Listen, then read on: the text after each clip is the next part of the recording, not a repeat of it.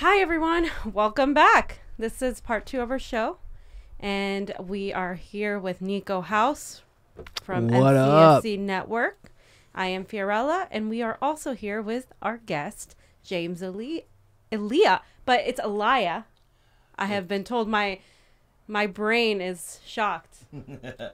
I think the translation's been lost over the years, Fiorella. I don't think we'll ever know what it really is. Oh, that makes me feel better, but Aliyah just sounds more biblical or something. I don't know. Yeah, you're saying it right. It's Aliyah. It's Aliyah. It probably is biblical. It's probably Elijah, and it's just it definitely is. That would make sense, actually. Yeah.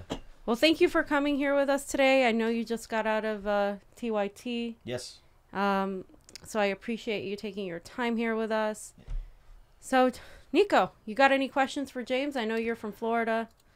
You don't. I am from Florida, but especially because this is something I want Florida to start looking into.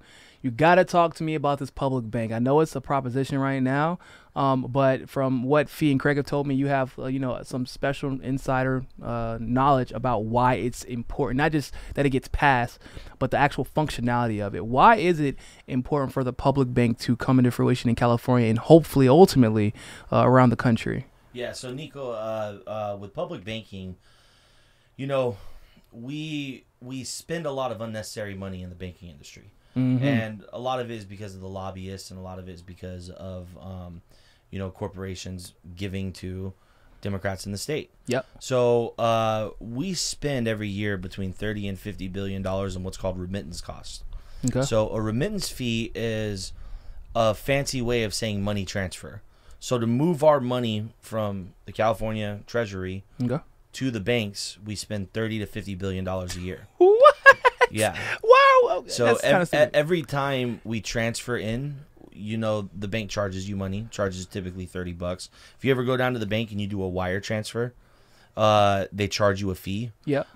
So think about how many thousands of transfers we do a day into the banks and how much we're paying in fees. Overdraft fees. Exactly. So we're paying between $30 and $50 billion a year, plus management fees for what they do with the money, transport fees for people who are transporting actual cash. And I just feel like that's a waste, instead of putting that money into Wells Fargo's hands where they can turn around and illegally foreclose on you and literally steal it out of your pocket. Yeah, steal it and steal your identity instead of rewarding them. I say we put that money to work towards single-payer health care, toward tuition-free college, toward building our crumbling infrastructure or solving the homeless issues. So not only can we save money on public banking, but we can make money as well. Mm-hmm. If the state had their own home loan program where it was funded by the state, we can make interest over 30 years off people's homes the same way the banks do. But not an obscene amount, and not through predatory loan. Yeah, not an obscene amount, not through predatory lending. And the beauty of it is we can write a no foreclosure clause. So the state won't foreclose on you if you lose your job, or if you feel an impact of the economy that's created by these banks. I was actually just talking to them about that, about my credit union that I have, Navy Federal Credit Union. They have like a 6 to 8 month no default clause on car loans because people, the economy is it fluctuates, and everybody will be affected by it at some point. So you don't have to make a payment for 6 to 8 months. Yeah. So it seems rational and reasonable. It really is. Nick, I worked more than 10 years in the banks, and I worked a lot of like back end and mid-level jobs, and I was a wealth manager and business developer. And when you default on a car loan, the bank basically will sell it, and then they write off the full amount, so they still make money off of it.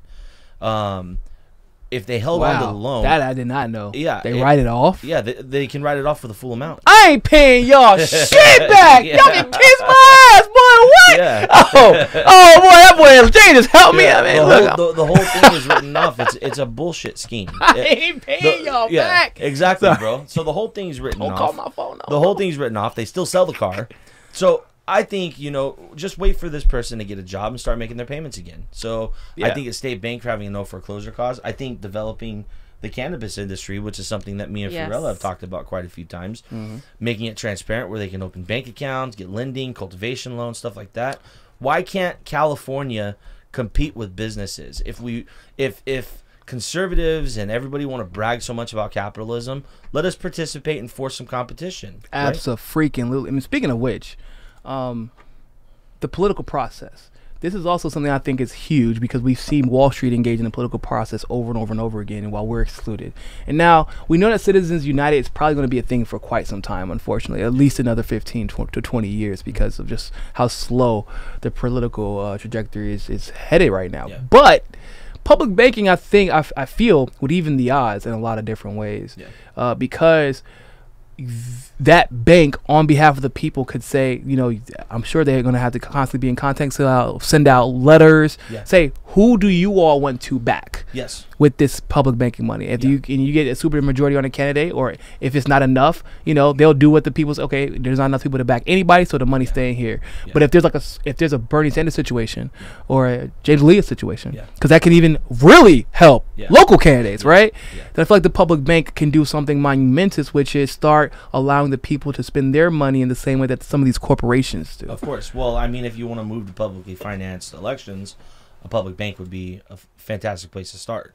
You know, and even with overturning Citizens United, at least at the state level, you could write bills for publicly financed elections. You know, Citizens United can give. So and another thing about public banking is that you can use the bank to fund housing projects, to fund things for the community, and so therefore that money stays within the community. Fund initiatives, future initiatives. Exactly. You know, North Dakota has the only public bank that we know of, and the state is the happiest consumers, the happiest business clients, in all the consumer reports.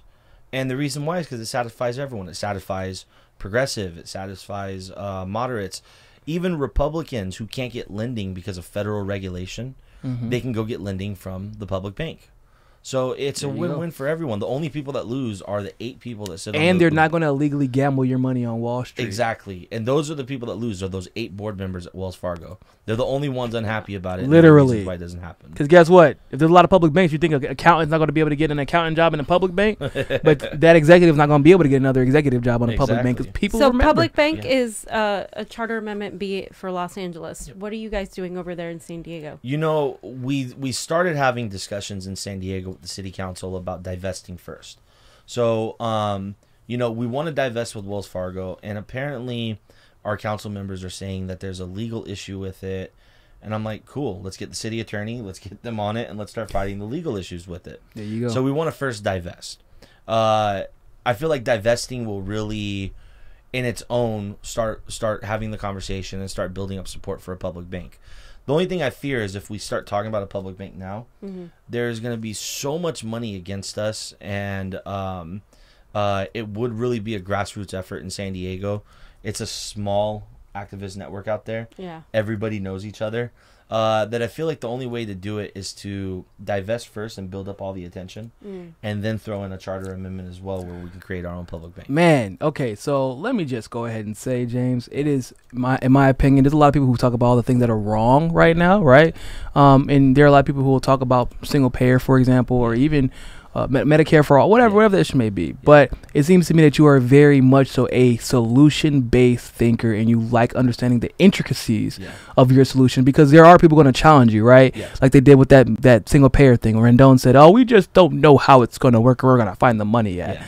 And it seems like you have all of these answers. Yeah, thank you. So first of all, I commend you on being a solution-based thinker instead of running on just the platform of you're not as badass. Well, thank you. And just by the way, and possibly going to go into a little bit more, James was enlightening us on how the Democratic Party, and we were just ties into the campaign finance reform. The Democratic Party tried to get him to take a bunch of money that he made it very clear from the beginning that he wasn't going to take, which is corporate money. And then instead of saying, okay, we understand that, we respect that, and moved on, they just tried to repackage it in another way. And James both times said no. Actually, pretty much said hell no. I mean, I'll let him tell the story later with Craig. He pretty much said hell no.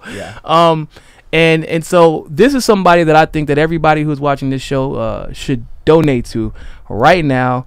If you have not, because obviously if you can't, you can phone bank for him. I'm sure if you go to his website, you can probably phone bank no matter where you're at. But if you can't get out and canvass because you're not in San Diego area, go donate.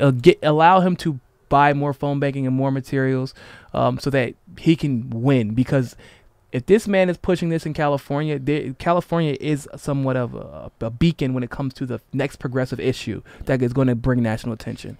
Yeah. Yes. We already see it with marijuana. We're seeing it right now with Medicare for all. That conversation is not going anywhere anytime soon. Net neutrality. Mm-hmm. That conversation isn't going anywhere anytime soon. Public banking is probably the one single issue that could change the outcome of the entire game. All of a sudden, you start to see something like Medicare for all. Whether if the government doesn't want to handle it, then this public banking gives us a vehicle to handle it. Exactly. You get benefits for being part of that public bank, and who's to say what those benefits could be? Yeah. Discounts on pharmaceuticals, because they're obviously going to contract with different pharma. I mean, it's the possibilities are literally endless. And James is from this industry, so he knows about the possibilities. He knows where it could potentially fail, and can work on that policy to prevent it from failing, and set the precedent not only in California but going forward about how public banking should operate. So, go to his website right now and just donate. Just throw all your money in his James account. Has been endorsed by Our Revolution National as well, and he is working with Maria Estrada, who's also running. Maria! Shout out to my girl Maria. How you doing, sister? She's probably watching. Yeah, no, I really appreciate all that, Niko. I mean, we really have to be issues based. Yeah. And, unfortunately, on both sides, there's no issues. There's nothing to resolve, Yeah. In this incredibly red area that I've been running, I try to give solutions to even Republicans, Mm-hmm. Their problem is abortion. They say, oh, abortion's out of control. I say, okay, well, what's your solution? They said, well, we have to defund Planned Parenthood. I said, that's not a solution. It just means people have to pay for abortions. What else is your solution? Yeah, it's not a solution. They go, well, we need to overturn Citizens United. I go, no, you don't. All that's going to do is create illegal abortions. What's your solution? They were confused, and I said, the solution is you need to pay living wages to women.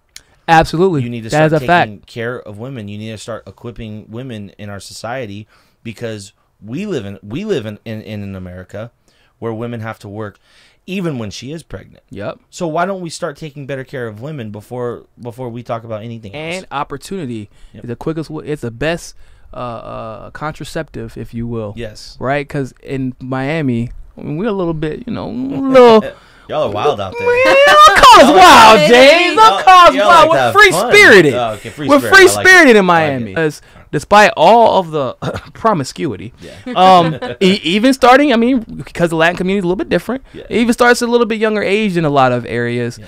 But they have the opportunities that, being in Miami, just like I'm sure it would be close to the same in New York and in affluent areas. When you have opportunity, you want to protect that opportunity more. Yeah. Right now, people are feeling like this is the end of the line for them. Yeah. Like that family. Really, really, really supporting Prop 10, and I'm really glad that Our Revolution started doing some phone banking for us and started doing some text banking for us for Prop 10 and me. So it's like they were tying us in, because that's one of the initiatives we're strongest about in the entire state, probably the strongest. We do have some little municipalities around the county of San Diego that do have already set up rent control measures put into place in the event that 10 passes. Okay. So, there's Measure W in National City, which only goes into effect if 10 passes. If 10 doesn't pass, then W, even if it passes, it's going to get overturned. Okay. But there are municipalities that are already setting up rent control, and it's insane. Like we give land to developers. We give it away. Exactly. They don't purchase land from the city. The city gives land because they want it developed without paying for it, and they want to start collecting tax revenue. So we give away land to a developer. They then sit on the land for 4 to 5 years till nothing is available. Then they put up cookie cutter homes in 6 months, and they max out the prices. Yeah. So we need to write a bill at the state level preventing that. We need to get back to the way it's supposed to be. We're supposed to set houses according to community income. That's a federal regulation that nobody pays attention to, and we can't outprice people. So how are they getting away with that? They've been getting away with it since the late 70s. There's a federal regulation, I believe it's Reg E, that says that the Community Reinvestment Act. You cannot build, develop, or rent in communities to outprice the members of the community. means you have to lend some dollars. It's the poorest city in the entire county of San Diego. So it might be the poorest city in the entire state of California. That's pretty poor. It's pretty poor. A development was just built a year ago, about not even a mile away from my house. The starting price for that development is $610,000. So that means if these people have been the most responsible citizens that there are, they pay every single debt on time, they have excellent credit, they have full-time jobs, they don't make enough to qualify for that house. So you get somebody from La Jolla or Del Mar or some investor to come in and buy the house. They rent to someone, because I also live in the highest refugee city in the entire state as well. They rent to a refugee who's on some sort of housing assistance program, and they get trapped, and they're told, if you go get a job at McDonald's, we're going to cut off your housing. So any sort of boost in income, they reduce it. And so why would anyone want to go work? You can't pay your $2,800 rent off of a minimum wage job. So it just keeps people regressive, and it keeps people in the system instead of trying to uplift them. Well, same thing with the housing crisis in general. Yeah. The housing crisis never got reconciled. Those people who lost their houses, they don't have houses right now. Yeah. It all stimulates from housing. The market crashes because of housing. Businesses do poorly because of housing. Because, look, we pay everything for rent. Mm-hmm. Why on earth would I go to a fancy restaurant if everything I'm paying is going toward rent?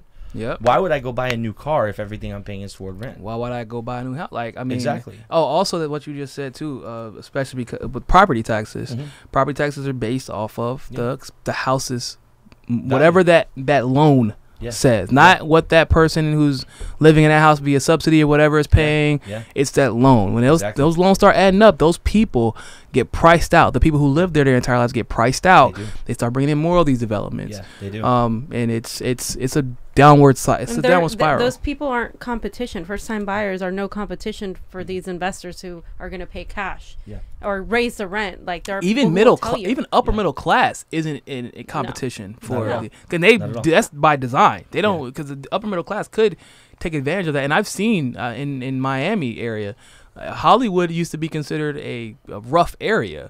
Little Havana used to be considered that was like the Marcy projects of Miami, between that and Little Haiti. And now you see Little Havana, it is getting gentrified beyond belief. Hollywood's property tax, it is now more expensive to live in Hollywood, Florida than it is to live in Brickell, which is downtown financial district in Miami. Like, how do the people who have been living there their entire life is invested into this home? They raise their kids. They're going to give that to their kids to take care of their family. They're not going to be able to do that now. No, they're not. And to break even, you're going to have to sell, at a certain point, not even enough to make what you're going to make, because it's going to a developer. I know, I've been researching it. It's going to go to a developer every time. And you're right. They can pay that why would I sell it to you for $550,000 if I can just get that $400,000 in cash? That shit don't ever see no taxes. It's not gonna see no transfer fees. It's not gonna see no bank fees. I'm not gonna have to pay for X, Y, and Z. No, I'm gonna take that $400,000 in cash from the developer every time. Of course, and you're just gonna go develop. You're gonna go get more and more properties, and you're gonna repeat the vicious cycle. But it's nothing different than what we've always done. We're a gentrification society. We stole land, and we force people off of it. So now that we have these small areas, we've got bodegas and stuff like that. San Diego, we have Barrio Logan, which every developer on the planet is trying to get their hands on the barrio, because it seems like the new trendy thing to do is to go open breweries and barrios and stuff like that. So they're under attack. And luckily, in my community, they fought back. They have the Barrio Brigade. They have the Barrio Chamber of Commerce. And they force out developers who try and come in there and gentrify the community. That's freaking dope. Yeah, so they've already knocked out like 10 businesses over the last 2 years that tried to come in and put some fusion Latino food place by some restaurant group, and they force all of them out. And so we have to literally take back our own communities. And why do we have to gentrify it? If you open a restaurant in La Jolla, people are going to go to it. It doesn't matter what you call it. It doesn't matter what the food is. Or why can't the restaurant, because that's what often happens, the businesses come a lot of times first. Right before the nice complexes and the nice developments come. And why can't you hire the people in that community? That's so the tech industry and especially biotech and engineering. San Diego has a ton of engineering firms and a ton of biotech firms. Like you have Silicon Valley. Well, San Diego's earned the nickname of Biotech Beach. Why are all of these companies hiring from outside of the U.S.? We have a volunteer on our campaign. He's been an engineer for 18 years. He's unemployed. And he was laid off by Caterpillar. And he told me, he said that he's at a weird age. He's too old to get a job back in the factory, but he's too young to retire. Yeah. So what's he going to do? Damn. You know, so I said, especially out in Silicon Valley area. I said, did they downsize? Was the company going under? No, they brought in someone from China to work the job. So yeah, you do need to have make America great again, people. Exactly, make America great. Exactly. So you do need to hire at the community level, and when you do, your community sees results. That's very true. That's very true. Yeah, it's they did that actually in Brooklyn. Whenever they built the Nets stadium, Jay-Z made it like a thing that they built. They hired the people from Brooklyn. Yeah. That they built affordable housing around that stadium or that arena, so that they didn't get gentrified. I mean, now there's gentrification coming other ways, but that particular aspect of it is like, why would we kick those people out? That's we have people who live here that we know can get to work on time. They ain't got to take a bus. They never gonna be late. And you know they're right here. Exactly. Why that's what you want, and it that type of stuff plays into so many different factors: gas, the environment, being able to maintain a stable family home because you work closer to your job, and it turn once again that money goes back into things like school. I can also afford to. I was buying a house or apartment. I was renting an apartment. I can now buy a house in that same community, and you're not going to want to leave because you're so close. Like there's so many compounding factors that benefit that community. But at the end of the day, they don't want the community. They want to bring in other people with a lot of money. Damn racist policies. Anyway, but how much time we have left, Johnny? How much time we have left? 5 minutes. All okay. Right. So I did want to congratulate you for running for state assembly, because a lot of people try to run for higher off. Why state assembly? Fiorella, I appreciate it. It's actually my honor to have community support from anybody at all. I'll be honest with you. I thought Brian Jones. Brian never passed a bill. I'm like, that's weird. Let's look at Joel Anderson. So I went back to Joel Anderson. I'm like, Joel Anderson hasn't passed a bill, and he was the assembly member when Schwarzenegger was off. He should have passed at least one bill. So I looked, and the thing is, they're so marginalized with the Democrats in the state that my entire area is completely overlooked. So I was like, since the Republicans have been in charge for so long, what have we gotten? My district has 1 out of every 3 children living in poverty. We have homelessness that has grown over 5 years by 600%. We have almost a third of the district, one of the highest in the entire state, with no health care coverage, and 2/3 that are underinsured. 50% of the city I live in makes under $50,000. People commute more than 50 miles one way to go to work. I started looking at all the issues, and I'm like, these guys have been glorified cheerleaders for big business, for corporations. Right, they're glorified because they don't even get anything done for the big business. They don't get nothing done. Like, literally, all they're there for is to try and block votes by not having a supermajority. Wow. That's their thing, is to try and block bills against private prisons and block bills against big tobacco and Chevron, which they don't even need to do that, because let's admit, most of our Democrats love Chevron. Yeah. They love big business. They love all of that. Including De Leon. Exactly. Yeah. So they're there to block it. They're there to block those bills. So I looked at it and I was like, we've got to have someone get out there, and we've got to have somebody really fight for these things. So at first I wasn't like, the solution is run. The solution is to find an assembly person that you think would work with you. And I didn't find anybody that I thought would fight for all the issues that we wanted. So eventually I just said, you know what? I don't know if it's the wrestler or the power lifter in me, but I'm a super competitive guy. And I've always had this mindset that if you want something done right, you have to do it yourself. Yeah. So I told myself, I'm not going to put trust into anybody. I'm going to go out and I'm going to run for the seat. And if I fall flat on my face, I'll fall flat on my face. But you learn something. Yeah. And you connect with people. And you help other people out in the future. You decide to run, or you rerun, and there's nothing but positive things that can come from anyone running. If you're a progressive right now, in my opinion. Yeah. And here, that was it. Had I known we would have gotten the response that we gotten, and had I known we would have gotten as much support as we got, and how big our campaign's really gotten, I would have gone a million miles an hour the day after the 2016 election and started campaigning right away. So like I said, I it was me not having confidence in myself when I first started that really held me back. But I said the assembly seat is where we can get change. Let me go for it. And so, you know, I wasn't about to go out there and run for Congress or Senate or anything like that. I said, let me run for an office that's appropriate for my background, that's appropriate with what I think I can get done and what I can manage. Mm-hmm. And so I looked at everything. I said, all right, well, I could probably win it if we raise like $100,000.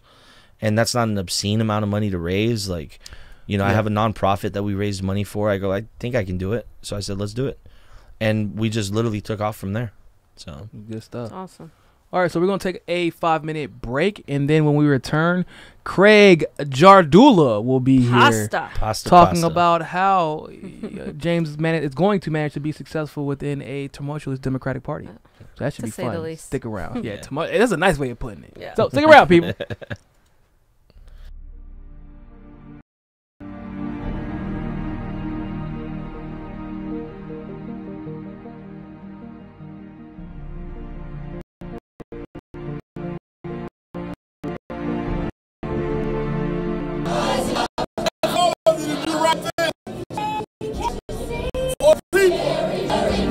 Not yourselves. People. It's time for you to take care of people. People are sick and tired of being sick and tired. All these conditions. More than 13,000 firefighters are battling now. This is terrible. That around the state. People dying. We got food in the Central Valley. Bad water. Nobody cares. All you're doing is paying attention to what Donald Trump is doing. Pressure to stay silent about it. I don't know what I said. Pay attention to what Jerry Brown is doing. Governor Brown keeps issuing oil and gas permits. Pay attention to what the legislators and the senators are doing inside of this state. This is wrong. When you neglect the promises of the people, it's wrong. When you walk in this building every day and conduct the wrong kind of legislation, when it's not for the due process of the people, when it continues to be the due process for the evils of money, it's wrong. When we have a Democratic governor inside of these doors that does the same thing that the Republicans and greed do, it's wrong. For those people outside of the Central Valley, that's number one in poverty in the Central Valley. It's wrong today in Fresno, California. It's wrong today in Bakersfield, California. It's wrong today for the water thing, for fracking. It's wrong today for you not to pay attention, not have to shut it down. Shut it down!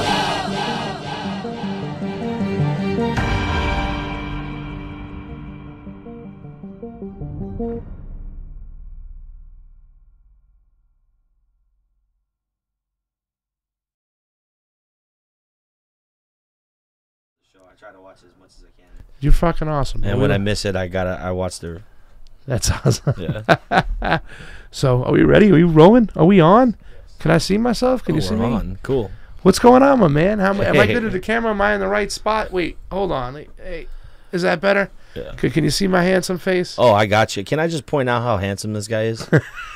How do you get better looking? I don't know what it is. It's just, God has given me a gift. He's given me a talent, and he's made me really pretty. And it's really cool to have a smart partner like Fiorella. Yeah. So all I have to just do is sit there and look pretty while she, gets all smart on us and whatnot. And yeah. No, like for me, like I'm looking at Boss. I'm like, this guy looks so youthful and handsome. Meanwhile, I look at the last 2 years of my campaign pictures, and I look like Benjamin Button, or a reverse Benjamin Button.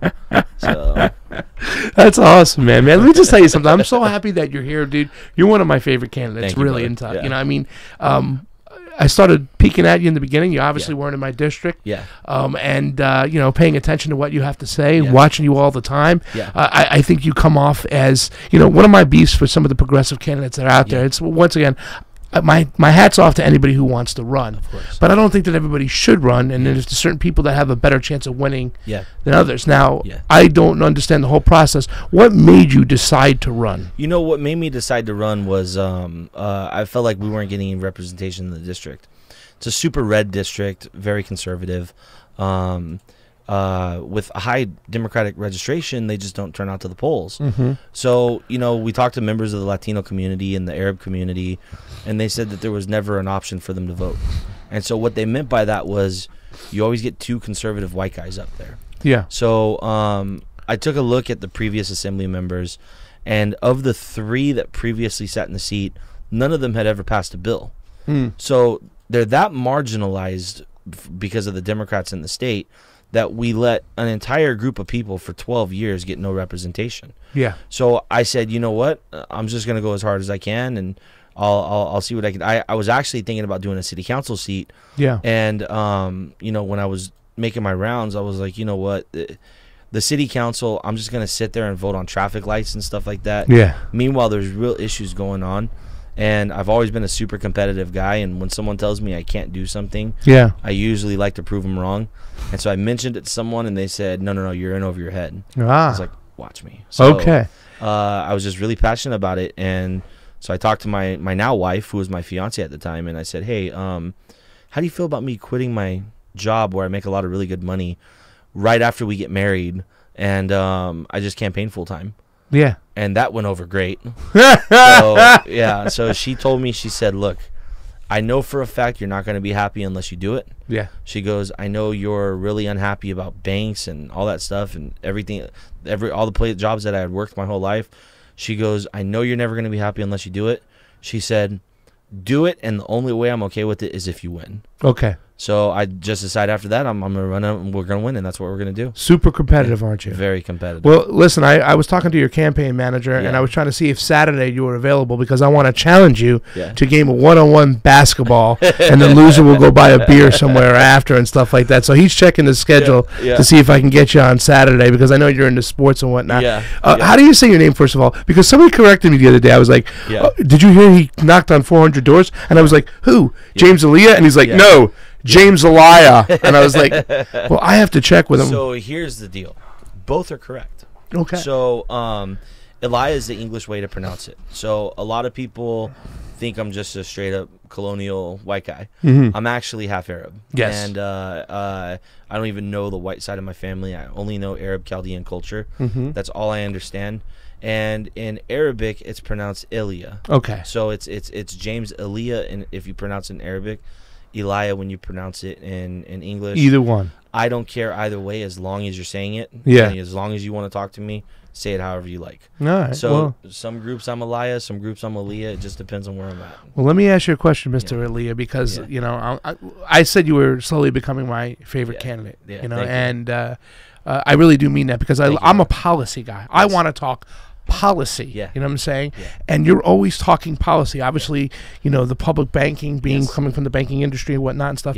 But however, the Democratic Party right now, me and her or him or whatever it is, are in a little middle of a rift. And I don't know if we're going to get back together. And I'm ready to go Brewster's Million, vote none of the above because I'm not happy.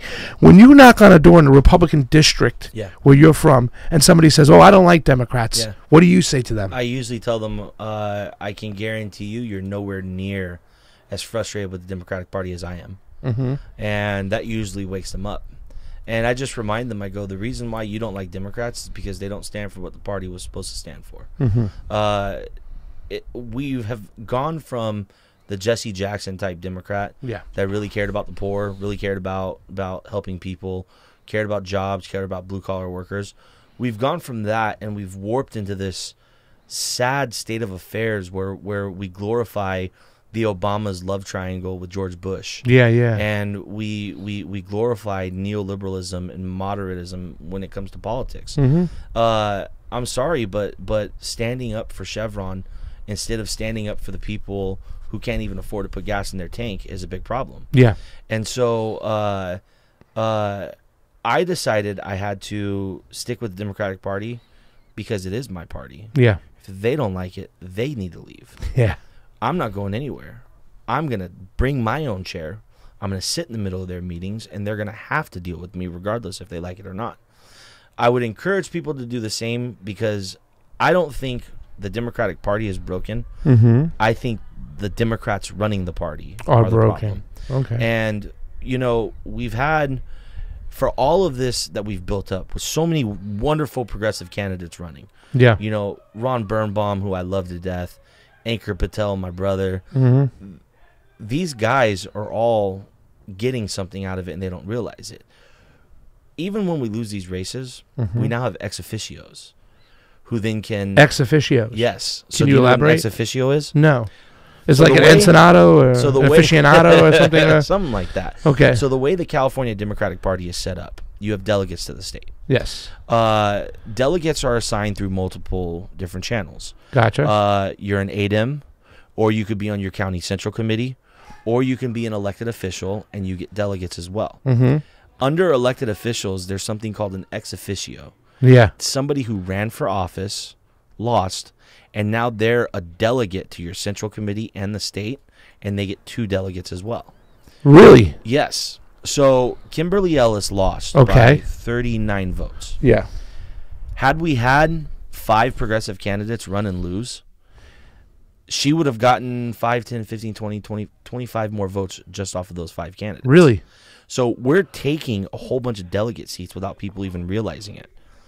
That way, when Mr. Sanders decides that he wants to run in 2020, knock on it. If he decides he wants to run in 2020, progressives are not only going to have all the ADEM seats, we're going to have all these ex officio seats with 2 delegates on top of that as well. Mm-hmm. So we are slowly taking over the party, even when we think we're failing. Yeah. So that's why I keep telling people, guys, greener pastures are ahead.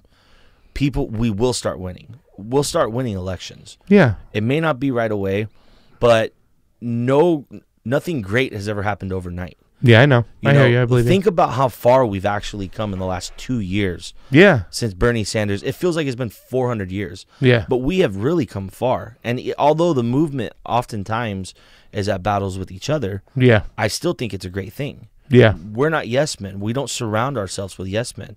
And at the end of the day, when we come together when we need to, when it comes to picking who we want for our president, we're all going to reunite behind who we all think is going to run. Yeah.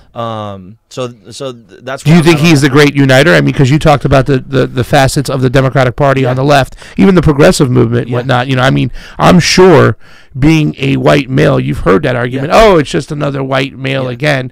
Yeah. Whereas if myself, I said, listen, I don't care if it's a white male, as long as he's pushing for progress for all, and he's in a position to actually win and then push progress for all. Yeah. That should be the thing, the deciding factor.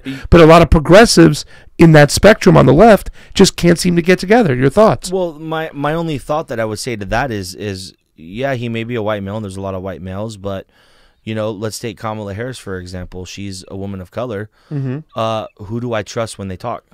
Yeah. Kamala Harris or Bernie Sanders? Unfortunately, I don't trust what she says. Yeah. She'll tell you one thing and she'll do another. She'll say, I stand up for the people of this country, and then she refuses to prosecute Steve Mnuchin's bank when he foreclosed on hundreds of people in her state. Yeah. And he just so happened to give her major political contribution. Absolutely. So I don't have to worry about that with Bernie Sanders because he doesn't take any contributions from banks. Mm-hmm. So the proof is in the pudding. I mean, it's just logical. If you have someone who's been running on the same issues for 30 years, safe to say he's not going to change his mind on those issues. Yeah, I hear you. So what can you tell me to the fact that we were talking about this progressives within the party, whatnot. Yeah. Okay, a lot of them now. What you just taught me with the delegate process, and it's not the aficionado. What's it called? The ex officio. The ex officio. Now, all right, now we're gaining momentum, but yes, there seems to be an issue with a lot of people within the movement take. Really, they get aggravated at the fact that a lot of these Democrats seem as soon as they win their primary, they start to matriculate to the center. Yeah. You know how vocal I've been. Yeah. We were supposed to be in Florida right now. Yes. Running after Andrew Gillum, who we now call Andrew Schillam, because of the situations. What's going to stop a James Aliyah from when he gets elected, day one, to start moving to the right for that money? I mean, you have a wife, Don't you have a kid on the way? No, we don't. I hope not. Possibly. She didn't tell you nothing. I don't know. Did she? Oops. I forgot to tell you. There's going to be a surprise tomorrow. Yeah. Look surprised. But let's say you do decide to have a kid or two and stuff like that. Yeah. Now you need money. We're all in an economic struggle. Yeah. How does James Aliyah sit here? And I've asked this question to Kenneth Mejia. I've asked it to Maria Estrada. How does James Aliyah not take that money and keep the progressive ship going where it needs to go? Well, I mean, I got to tell you, if I did have a kid on the way, I'd probably change. I would probably fight even harder. And the reason why is because if I have a kid coming into this world, I want to ensure that kid has health care. I want to ensure that kid is not going to have massive amounts of education debts and hospital debts and stuff like that. I want to make sure my child's taken care of. And it would push more toward progressive values. So the reason why you don't have to worry about me moving to the right. We've already been lured in, and we've said no. We literally have been told we can put hundreds of thousands of dollars into your race. Yeah. And we turned it down, and it wasn't even hard. Like, we were sitting at a coffee shop with some leaders in the party who I can't announce names till after the election. Yeah, but I'll break the story said you on will. Convo Couch. I'll break it to you. Thank you very much. You heard that here, ladies and gentlemen. We're going to hold on to it the day after when it's Assemblyman Aliyah or Aliyah, depending on where you're from. He's going to break that story because I'm dying to know. That's right. I heard you say it on Get Your News On with Ron, and I was like, who, James? Just tell me. Well, we will, but we're holding off for now. And the reason why is because even though we're not getting help, the party is also not trying to hurt us. Yeah. And if why is that? I mean, they seem to be going after the Daraka. Lattimore seems to be going on a direct hit after Jimmy Dore. Because of Maria Estrada, because of those delegates that are supporting De Leon and stuff. So I mean, explain to me a little bit more about that. I'm sorry. So why are they leaving you alone?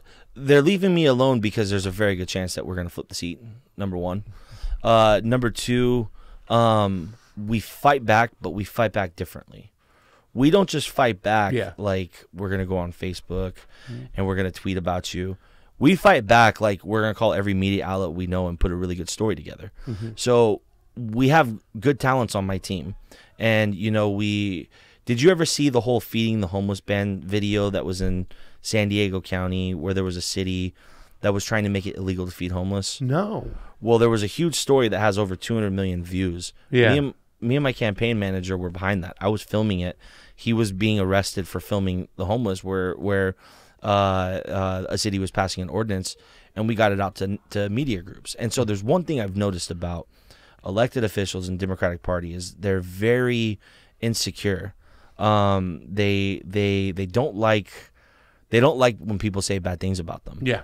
So if they try coming after us, we'll go to the media, and we have no problems making everything transparent out in the open. Yeah. But the other thing is, too, we do try our best to be friendly to people. Yeah. So even though we disagree with them, we can be friendly and still vehemently disagree and prove to them they're wrong. So, Speaker Rendon, he sat down with us, and I said, Mr. Speaker, you've been a very nice guy and everything, but we're backing Maria Estrada. Yeah. And, we appreciate your offering your endorsement, but we were fine without it, and so we respectfully declined. Yeah. We're saying this to him, but we were saying it very nice to the point where he pursued us even more. He's like, oh, this is the guy that got away. And so they keep coming back to you. So if you're just friendly with people and disagree with them, it's fine. Yeah. When we as progressives there's an appropriate time for us to start kicking down doors with bullhorns, and believe me, when that time's appropriate, I'm usually the one who's kicking the door down. I hear you. But if we do it the way that they want us to do it, and they don't agree with us, they don't have an argument. Yeah. When we come in with fire and guns blazing, they can turn us down right away without even listening to us because we came in guns blazing. Yeah. So we always have to try and be friendly first, and we are genuinely friendly because look, at the end of the day, we're all Democrats. Yeah. Regardless if you're progressive or not. When it comes to issues, we're all pretty much right on par. Yeah. I mean, Democrats, no matter if you're a progressive establishment, you're pro-gay marriage, you're pro women's health issues, we're pro on all the big things. It's just where we get our money from, what candidates we support. Those are the problems. So let's keep them with us and try and talk to them and try and understand them and influence them. Yeah. So we've had great success. Yeah. You know, there's the woman I'm the alternate to on the Central Committee in San Diego. They say she's super establishment. She backed Eric Bauman and she backed Hillary. She made me her alternate. And I'm one of the most outspoken progressives in the county. Yeah. Because we have a great friendship. Yeah. So we disagree on stuff, but she'll do anything for me. Yeah. So that's how we win them over. I think that it's testament to your campaign, and I really like to just piggyback on that and say, you know, I explain at times when I get mad at the left, you know, and I'm just talking about the left right now. Yeah. The Republicans, they're going to be who they are. But Yes. so I get mad at the left at times. Yeah. You know, I understand some of the establishment kind of wing, the progressive establishment wing. Yes. We know who some of them are, Yeah. the delegates, the way they are Yeah. and stuff. But when the left creates these manufactured issues and stuff, you know, and they start getting very divisive. I say, let's look to a Keith Anthony Sikora. Let's look at a James Aliyah. The love has to come because people. There's only two ways to explain things: with hate or love. Yes. And I think the way you've been doing it, and I've been watching you a lot. Thank you. It's that you just come across in a way where I think that not only do I like you because you're there with the issues, but I really believe that a guy like James Aliyah can get things done. I believe that Republicans in your district will listen to you because you're a guy, regardless of the fact that you're a Democrat. You'll get things done. Of course. And I think that's very important when we pick candidates moving forward is I want a lot of candidates like you so that we can definitely accomplish some things and whatnot. Well, I really do appreciate it, Pastor. Like I said, I mean, I've got no problems if I've got to get into big fights with people. I have no problems doing it if I have to. But I really do ask myself, and call it tacky, but you remember those "What would Jesus do" bracelets? No joke. Anytime I do anything, I always come back to this question. Would Bernie act like this? Yeah. Would Bernie do this? And I try to mimic my politics the same way as Bernie Sanders. Yeah. I'm not as smart as Bernie. I don't have as much experience as Bernie. But I can have the same composure, and I can treat people the same way he treats them. So I come back to everything anytime I'm confused, and I say, how would Bernie handle the situation? Yeah. And I've been right every time. Yeah. Because he's issues-based when we stick to the issues. Yeah. And I'm super honored that we've become one of your favorite candidates in the entire state. No, by far. The reason, and I feel like it's because we haven't changed. Yeah. When we first started running, we did the same thing, and we've pounded it in everyone's heads, and that's how we spread a message. I feel like other people derive from their messages too much. They get away from their messaging. Yeah. And they start losing people, like Andrew Schillem. Yeah. You know, he got through, and then he changed his brand because he wanted to gain more support. Yeah. He shot himself in the foot. Yeah. That's the worst thing he could have. Now I don't know who he is. Yeah. I don't know if he was a progressive that's just trying to win over some moderates. I don't know if he was a moderate trying to win over progressives. But he just lost any hope of doing anything, you know. Alexandria is a better example of the way you should do it, you know. She came out. She did piss off some people because, you know, the whole Como thing and everything like that. Mm-hmm. But, hey, she's going to be working with him. Yeah. She's going to be working with him. Of course she has to come out and say something nice about him. Mm-hmm. What do we lose? There's not a progressive candidate in the race anymore. Yeah. So stick with it, get there, and pull him to the left. I'm a firm believer that we can pull people to the left. Yeah. And last assembly session shows that we can. All of the police bills that we're going through, the criminal justice, the bail reform, all that stuff is proof that we can pull the establishment left. We just got to do it a little friendlier. It seems like they picked their spots and where they'll let them get pulled. It seems like single payer right now. It's like a lot of the establishments like, oh, we're getting pulled. And, you know, I love your what would Bernie do? I'm going to give you a quick lightning round to just wrap this up. You ready? Let's do it. Questions. Biggie or Tupac? Tupac. Favorite Tupac song? Hit 'em up. Other than your native food, what's your favorite type of food? Oh, God. Italian. What's your favorite Italian dish? If I could get a good lasagna, I'm happy. Do you like beer, wine, or liquor? Love beer. What's your favorite type of beer? Probably, I like Fat Tire a lot, but my favorite beer is probably Duvel. Favorite sport? Collegiate wrestling. Collegiate wrestling. Collegiate you like football, baseball, or basketball? Of the three, football. What's your favorite team? Used to be the Chargers, but I haven't watched the NFL because I've been boycotting them for 4 years now. I gotcha. So I would say USC. USC. Yeah. Question, who's going to win the 2020 election? Bernie Sanders. Thank you so much, James Aliyah, for joining the Convo Couch. Yeah. You're awesome. November 6th, man. We're rooting for you. And hopefully you'll take that basketball game on me with me. I won't embarrass you too much. Yeah. But you better guard me from the outside because I can make it from the cheap seats. I'll definitely do it. I'll definitely do it, my man. Let's do it. You got it. James Aliyah, ladies and gentlemen. Convo Couch. We're out. Hey, if you liked our video and want to support independent media, please like, share, and subscribe below. Yeah, we have a Facebook, a Twitter, a YouTube, and coming soon, fam, we're going to be on Roku. Take it easy, fam. And if you have any change to spare, please subscribe to our Patreon below to keep us going. Yes, anything would help with that. Thanks again for watching. Convo out.